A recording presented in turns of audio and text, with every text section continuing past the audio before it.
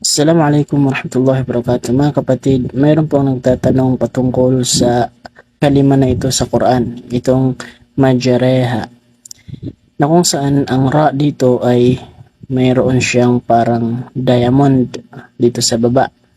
At sa ibang mushaf ay mayroon ding linya sa magkabilang gilid ng diamond na ito. So ano ba daw ang ibig sabihin ng diamond na yan?